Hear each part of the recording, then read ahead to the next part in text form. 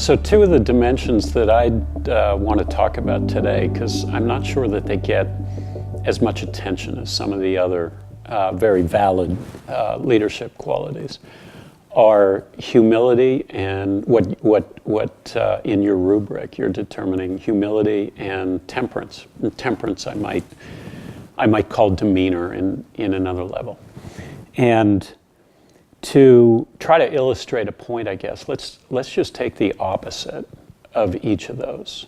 So humility, perhaps an opposite might be immense ego.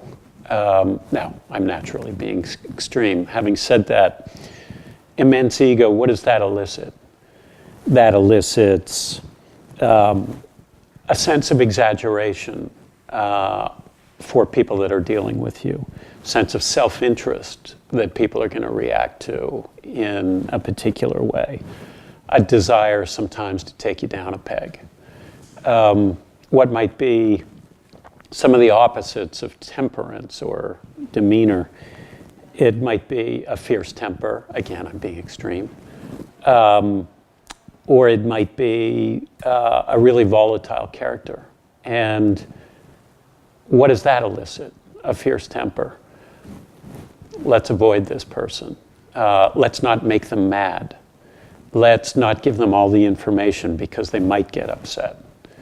Let's find a way to steer clear. Let's not work collaboratively as a team because it's just going to be too frustrating and difficult. Or volatility, does that instill confidence? And I guess an example I might give of that latter point, having had this extreme experience and maybe a gift to have had to go through this extreme experience of being in the financial services sector as a leader of the group focused on that sector in New York during the financial crisis, running the group. And that was a sense of extreme panic, extreme uncertainty, deep sense of concern about literally where the financial world was headed and whether everything that we knew and depended upon was going to fall apart. And genuine uncertainty whether all this would be okay.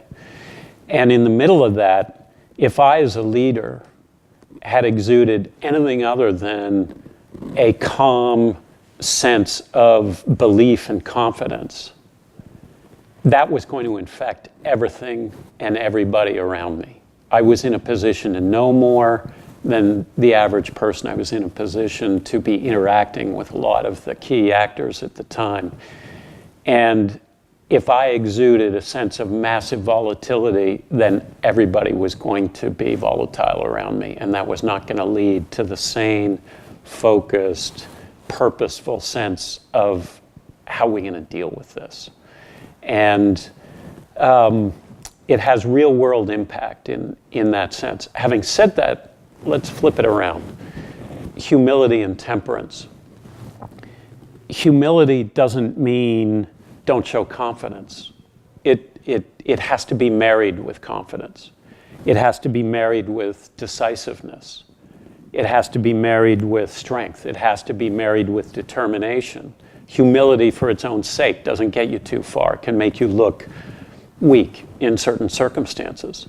But humility with these other dimensions actually makes you engaging, approachable, a desirable partner, and someone who can be fun to work with. And I say this from experience because I wasn't always that person.